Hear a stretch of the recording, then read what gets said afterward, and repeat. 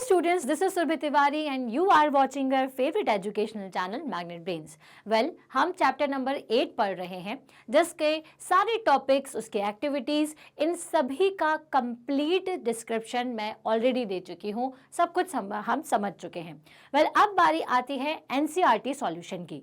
कुछ लोगों को लगेगा कि भाई टॉपिक्स कैसे देखें, तो आप देख सकते हैं www.magnetbrains.com पर जाकर के, जिसका पूरा डिटेल मैं आपको इस वीडियो के एंड में ज़रूर दूंगी। तो वेल, चलिए शुरुआत करें NCERT solution of chapter number 8 की। तो पहला क्वेश्चन आपका फिल इन द ब्लैंक्स है। सो विंड इज डैश एयर। तो विंड क्या होती है? तो मूविंग एयर को हम क्या कहते हैं? विंड। तो इसलिए यहाँ पे राइट ऑप्शन क्या होगा, या क्या ऑप्शन आना चाहिए? Moving air. Winds are generated due to dash heating on the earth। तो वेल, विंड किसकी वजह से होती है? तो मैंने आपको बताया था अनइवन हीटिंग, कहीं हीटिंग ज़्यादा है, कहीं हीटिंग कम है, जिसकी वजह से हाई प्रेशर एरिया क्रिएट होता है, लो प्रेशर एरिया क्रिएट होता है, और जो विंड है वो हाई प्रेशर से लो प्रेशर की तरफ जाती है। तो अनइवन हीटिंग ऑफ सन की वजह से ही क्या होता है? विंड्स जनरेट होती हैं। तो यहाँ पर क्या आना चाहिए? अनइवन, मतलब अलग अलग। So near the earth surface dash air rises up whereas dash air comes down. Earth surface के पास कौन सी एयर ऊपर की तरफ जाती है और कौन सी नीचे की तरफ आती है? तो भाई जो हल्की होगी वो ऊपर जाएगी और जो भारी होगी वो नीचे जाएगी। तो मैंने आपको बताया था कि जो हॉट एयर होती है, क्योंकि वो हल्की होती हैं इसलिए वो ऊपर जाती हैं, और कोल्ड एयर थोड़ी भारी होती है इसलिए वो नीचे की तरफ जाती है। तो यहाँ पर क्या आएगा? यहाँ पर आएगा हॉट एयर एंड यहाँ पर आएगा कोल्ड एयर। क्लियर? आगे बढ़ते हैं। Air moves from a region dash of pressure to a region dash of pressure. तो वेल, एयर कहाँ से कहाँ मूव करती है? हाई प्रेशर एरिया से लो प्रेशर एरिया। तो यहाँ पर आना चाहिए region high of pressure to a region low of pressure. Clear? तो ये हमारे ये सारे ऑप्शंस हैं। आप चाहें तो इनको इस तरह से नोट डाउन कर सकते हैं कि पहला ABCD का क्या क्या ऑप्शन होना चाहिए था। चलिए बढ़ेंगे हमारे नेक्स्ट क्वेश्चन की तरफ, जो कि है question number 2। Suggest 2 methods to find out wind direction at a given place। Well, wind की डायरेक्शन को चेक करने के लिए आपको 2 मेथड बतानी है। वेल, अगर आपके पास एनेमोमीटर है जिसकी मदद से हम विंड की स्पीड जान सकते हैं, तो वो तो बात अलग है, क्योंकि आप विंड स्पीड का एनालिसिस कर रहे हैं और डायरेक्शन भी आप उससे पता लगा सकते हैं। लेकिन अगर आपके पास ऐसा नहीं है तो आपको क्या करना है? आपको किसी ऐसी जगह पर खड़ा होना है सबसे पहले तो जहाँ पर बहुत तेज़ी से हवा आ रही हो। पेपर को इस तरह से होल्ड करिए, उसे छोड़ दीजिए, वो जिस भी डायरेक्शन में जाएगा उससे आपको क्या समझ में आ जाएगा? उससे आपको समझ में आ जाएगी कि विंड की डायरेक्शन क्या है।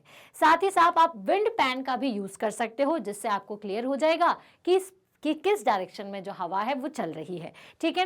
वेल, आप ये भी एनालिसिस कर सकते हैं कि हवा तेज़ चल रही है, बहुत तेज़ चल रही है, या स्लो चल रही है। बहुत तेज़ में तो आपको खुद को फील हो जाएगा, फिर मॉडरेट है या बहुत ही स्लो है तो उसमें आपको विंड पैन बहुत ज़्यादा मदद कर देगा। तो भाई 2 तरीके। पहला, take a piece of paper in your hand, allow it to fall from your hand, it will flow in the direction in which wind is blowing। The second one is you can also use a wind pan which helps us to know accurate wind direction। well, इससे आपको accurate direction मिल जाएगी। इसमें आप लगभग बता सकते हैं कि हाँ, इस डायरेक्शन में हवा बह रही है। क्लियर? चलिए आगे बढ़ेंगे क्वेश्चन नंबर 3 की तरफ। State 2 experiences that made you think that air exerts pressure। Well, आपको 2 ऐसी चीज़ें बतानी है जिससे आपको ये समझ में आए कि एयर जो है वो प्रेशर को एक्सर्ट करती है। तो वेल, पहला तो आप बलून का एग्जाम्पल दे सकते हैं कि जब आप बलून को ब्लो करते हो तो क्योंकि आप उसमें एयर डालते हो तो जिसकी वजह से उस पर प्रेशर पड़ता है और वो क्या करने लग जाता है? एक्सपांड होना शुरू हो जाता है। दूसरी चीज़, जब बहुत तेज़ हवा चल रही होती है और आप जब बाइसिकल चलाते हो तो जितना स्मूथली आप बिना हवा के चलाते थे उतना स्मूथली आप नहीं चला पाओगे। क्यों? क्योंकि एयर जो है आपके ऊपर एक अपोजिट फोर्स लगा रही है, जिसकी वजह से आपको मुश्किल होती है आगे जाने में। क्लियर? तो अपने हिसाब से 2 एक्सपीरियंसेस आप उसमें लिख सकते हैं। जो दो एक्सपीरियंस हम आपको एग्जाम पॉइंट ऑफ व्यू से बता रहे हैं, आप इसके अलावा भी लिख सकते हैं. So balloons and balls can be used only when they are inflated with air. When balloons is overfilled with air, it bursts due to the excessive air pressure. well, जब आप बलून को फुलाते हो और अगर आपने एक्स्ट्रा एयर डाल दी उसमें, उसकी स्ट्रेंथ से ज़्यादा डाल दी, कि मतलब जितनी कैपेसिटी उसकी थी उससे ज़्यादा अगर आप एयर उसमें फिल करोगे तो वो क्या हो जाएगा, बर्स्ट हो जाएगा, फूट जाएगा. Compressed air is used in the brake system for stopping trains. इसके अलावा ये जो एयर है उसका यूज, कंप्रेस्ड एयर का यूज हम ट्रेन को स्टॉप करने के लिए भी करते हैं. नेक्स्ट है, you want to buy a house, would you like to buy a house having windows but no ventilation? Explain your answer. Well चलिए, एक ऐसा रूम है जिसमें वेंटिलेशन भी लगा हुआ है और विंडो भी लगी हुई है, ठीक है, और एक ऐसा रूम है जिसमें क्या है, सिर्फ एक विंडो है.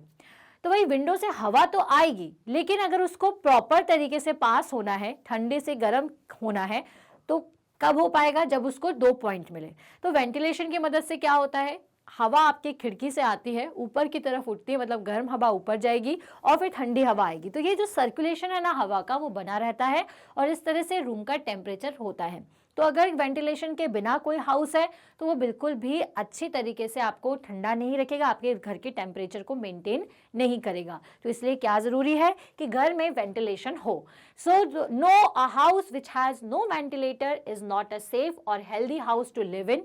The air circulation is not there in such a house, so it has a no fresh air because warm air rises up and goes out through the ventilator and fresh air comes in through the window. जैसा मैंने आपको बताया, गर्म हवा ऊपर उठेगी और ventilator से बाहर चली जाएगी और जो ठंडी हवा है वो विंडो से होते हुए अंदर आ जाएगी, ठीक है. तो इसलिए जब भी घर खरीदे तो क्या होना चाहिए, उसमें वेंटिलेटर जरूर होना चाहिए. क्लियर. चलिए नेक्स्ट क्वेश्चन है, क्वेश्चन नंबर 5.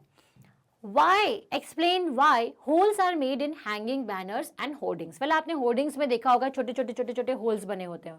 तो ऐसा क्यों होता है, कोई डिज़ाइन होती है तो बेसिकली डिज़ाइन का मतलब क्या होता है, बेसिकली इसलिए होता है क्योंकि अगर हवा आई या अपोजिट साइड से या सामने से आई तो जो होर्डिंग है, वो बैनर्स हैं, वो क्या हो जाएंगे, फट जाएंगे, क्योंकि हवा क्या करेगी, प्रेशर डालेगी.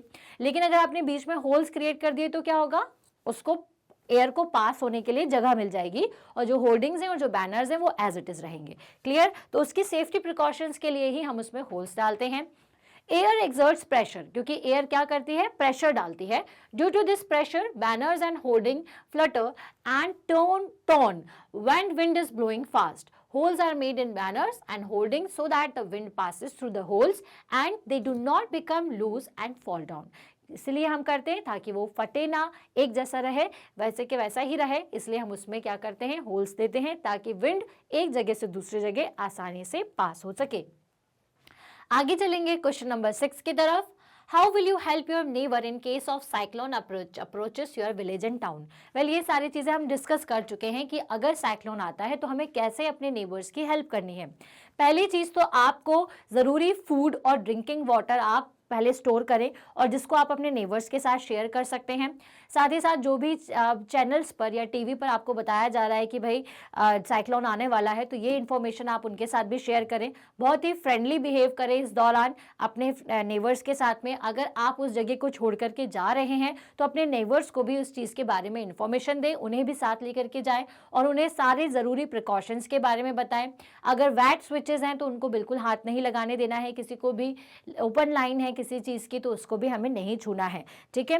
तो क्या क्या ज़रूरी प्रिकॉशंस आप बता सकते हैं नेबर्स को. I will make them aware of cyclone forecast and warning services. जितने भी अगर आपको फोरकास्ट या वार्निंग सर्विसेज के बारे में पता चला है तो आप अपने फ्रेंड्स को, नेबर्स को बताएं. Rapid communication of warning to the government agencies and all the important places. जो भी कम्युनिकेशन गवर्नमेंट एजेंसीज ने दिया है उसे आप बताते जाएं. Construction of cyclone shelters in the cyclone prone areas. So cyclone prone areas में जो साइक्लोन शेल्टर्स हैं उनका कंस्ट्रक्शन होना चाहिए. Helping them to shift essential goods, domestic animals etcetera to the safer places. तो ये सारे जो ज़रूरी प्रिकॉशंस हैं वो आपको भी करना है, आपके फ्रेंड्स को भी बताना है और नेबर्स को भी बताना है. क्लियर. तो यहाँ पर खत्म होता है क्वेश्चन. आगे बढ़ेंगे क्वेश्चन नंबर 7 की तरफ. What planning is required in advance to deal with the situation created by cyclone. तो वेल, साइक्लोन से डील करने के लिए क्या क्या सिचुएशंस होती हैं. सो साइक्लोन से अगर आपको डील करना है तो सबसे पहले तो आपको जो भी गवर्नमेंट एजेंसीज हैं वो जो अभी इन्फॉर्मेशन दे रही हैं उसको अच्छी तरीके से सुनिए, उनको मानिए। जो भी वो कह रहे हैं कि आपको प्लेस छोड़ना है या अपने आप को बाहर, घर से बाहर नहीं निकालना है, जो भी चीज़ वो कह रहे हैं उसको मानना रहेगा। तो carefully listening the warnings transmitted on TV and radio, moving to the safer places, अगर सेफर प्लेस पे जाने की ज़रूरत पड़े तो वहाँ मूव करना चाहिए। ऐसा नहीं कि नहीं हम हमारा घर छोड़ करके नहीं जाएंगे, नहीं, अगर ऐसा है तो मूव करें कहाँ पर, सेफ प्लेस पर। Keeping an emergency kit ready, अपने साथ इमरजेंसी किट को रखें, कुछ ज़रूरी मेडिसिन को रखें और कुछ ज़रूरी खाने का सामान, पीने का सामान, सब कुछ होना चाहिए। Store food and water proof bags, अगर आप ऐसी जगह पर रहते हैं तो आपको वाटर प्रूफ बैग्स अपने साथ हमेशा रखने चाहिए जिसमें आप अपने खाने का सामान रख सकें। नॉट वेंचुरिंग इनटू सी के एरिया में बिल्कुल भी नहीं जाना है ऐसी कंडीशन में। Keeping all the emergency numbers, और जितने भी इमरजेंसी नंबर्स आपके एरिया के हैं उनको अपने साथ में रखना है। तो ये सारे ज़रूरी आपके पॉइंट्स हैं जो कि आपको साइक्लोन आने पर ध्यान में रखने हैं। क्लियर? आगे बढ़ेंगे नेक्स्ट क्वेश्चन की तरफ। Which one of the following place is unlikely to be affected by the cyclone, इनमें से ऐसा कौन सा प्लेस है जो कि साइक्लोन से सबसे कम अफेक्टेड होगा या होगा नहीं? तो चेन्नई, मैंगलोर, अमृतसर एंड पुरी। तो चेन्नई, मैंगलोर और पुरी ये सभी कोस्टल एरियाज हैं, सी के किनारे बसने वाले शहर हैं, लेकिन अमृतसर ऐसा नहीं है। तो भाई सबसे ज़्यादा जो सेफ रहेगा वो कौन है? अमृतसर। ठीक है, तो इसका ऑप्शन क्या होना चाहिए? इसका ऑप्शन होना चाहिए अमृतसर। चलिए आगे बढ़ेंगे हमारे आखिरी क्वेश्चन की तरफ, और वो क्या है? Which of the statement given below is correct, आपको बताना है इसमें से कौन सा स्टेटमेंट सही है। In winter the winds flow from the land to the ocean, क्या विंटर्स के टाइम पे जो हवा है वो लैंड से ओशियन की तरफ जाती है? या फिर दूसरा ऑप्शन क्या है? In summer the winds flow from the land towards the ocean, क्या समर के टाइम पर, ये मैं विंटर्स लिख रही हूँ यहाँ पे और ये समर, तो समर के टाइम पर क्या लैंड से ओशियन की तरफ हवा जाती है? A cyclone is formed by a very high pressure system, क्या साइक्लोन हाई प्रेशर सिस्टम की वजह से बनता है? The coastline of India is not vulnerable to cyclones. well, ये तो बिल्कुल भी गलत है। जो कोस्टलाइन एरियाज है वही सबसे ज़्यादा साइक्लोन की चपेट में आते हैं। ठीक है, तो ये ऑप्शन भी गलत। दूसरा क्या बोल रहा था आपसे, थर्ड ऑप्शन, कि साइक्लोन जो है वो हाई प्रेशर सिस्टम के कारण होता है। जी नहीं, लो प्रेशर सिस्टम के कारण होता है। In summer the winds flow from land towards the ocean, जी नहीं। In winter the winds flow from the land to ocean, जी हाँ। तो इसका रीजन मैं आपको बता देती हूँ।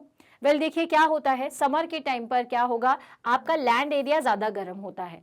ठीक है, किसके टाइम पर? अपन पहले बात कर रहे हैं समर टाइम पर।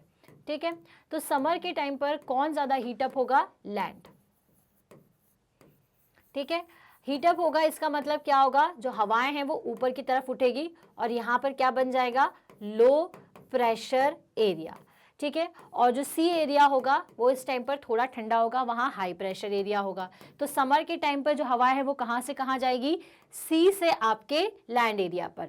ठीक है, तो इन summer the winds flow from land towards the ocean, तो ये बात गलत है। कहाँ से कहाँ जाएगी? लैंड से सी से आपके ओशियन की तरफ, सॉरी लैंड से ओशियन की तरफ, ओशियन से लैंड की तरफ। चलिए, so in winters the winds flow from the land to ocean, और विंटर के टाइम पर क्या होता है, चलिए इसको जान लेते हैं। तो विंटर के टाइम पर आपके जो लैंड्स होते हैं वो थोड़े ठंडे होते हैं। क्या होते हैं? कोल्ड। ठीक है, और जो आपका ओशियन रहता है वो एज कंपेयर टू आपका लैंड थोड़ा सा वार्म होगा। ठीक है, तो इसलिए क्या होगा, गर्म हवाएं कहाँ पर ज़्यादा उठेंगी? यहाँ पे। तो लो प्रेशर एरिया कहाँ बनेगा? अब आप खुद सोचिए, लो प्रेशर एरिया कहाँ बनना चाहिए? लो प्रेशर एरिया बनेगा ओशियन पर। ठीक है, लो प्रेशर एरिया। और हाई प्रेशर एरिया कहाँ पर बनेगा? लैंड पर। और हवाएं कहाँ से कहाँ जाती है? तो हवाएं जाती है आपके लैंड से ओशियन की तरफ। तो इस टाइम पर हवाएं कहाँ से कहाँ जाएंगी? Land to ocean. ठीक, इसलिए हमारा जो पहला ऑप्शन है वो करेक्ट है। वो समर के टाइम में ओशियन से लैंड की तरफ आती हैं, इसलिए ये ऑप्शन गलत है। ये भी गलत है क्योंकि लो प्रेशर के लिए है, और यहाँ पे भाई कोस्टलाइन एरियाज जो भी हैं इंडिया में वहाँ पे साइक्लोन्स बहुत ज़्यादा इफेक्ट करता है, इसलिए ये थर्ड ऑप्शन भी गलत है। यहाँ पर ऑप्शन क्या होगा?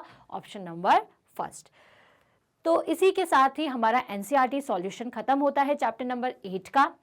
सो मैंने आपको बताया था जैसे स्टार्टिंग में कि अगर आपको प्रीवियस वीडियो देखना है तो कैसे देखेंगे। पहले आपको लिखना है www.magnetbrains.com। इसके साथ ही आप हमारी ऑफिशियल वेबसाइट पर पहुंच जाएंगे, जिसमें आपको क्लास को सिलेक्ट करना है। फॉर एग्जांपल आप क्लास 7 से हैं तो आपने क्लास 7 को सिलेक्ट किया।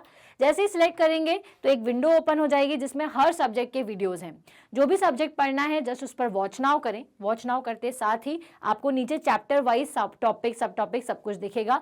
जो भी पढ़ना है उस पर क्लिक करें। क्लिक करते साथ ही वीडियो ओपन हो जाएगा। वीडियो को पूरा ज़रूर देखें, तभी आपको कोई भी टॉपिक पूरा क्लियर होगा।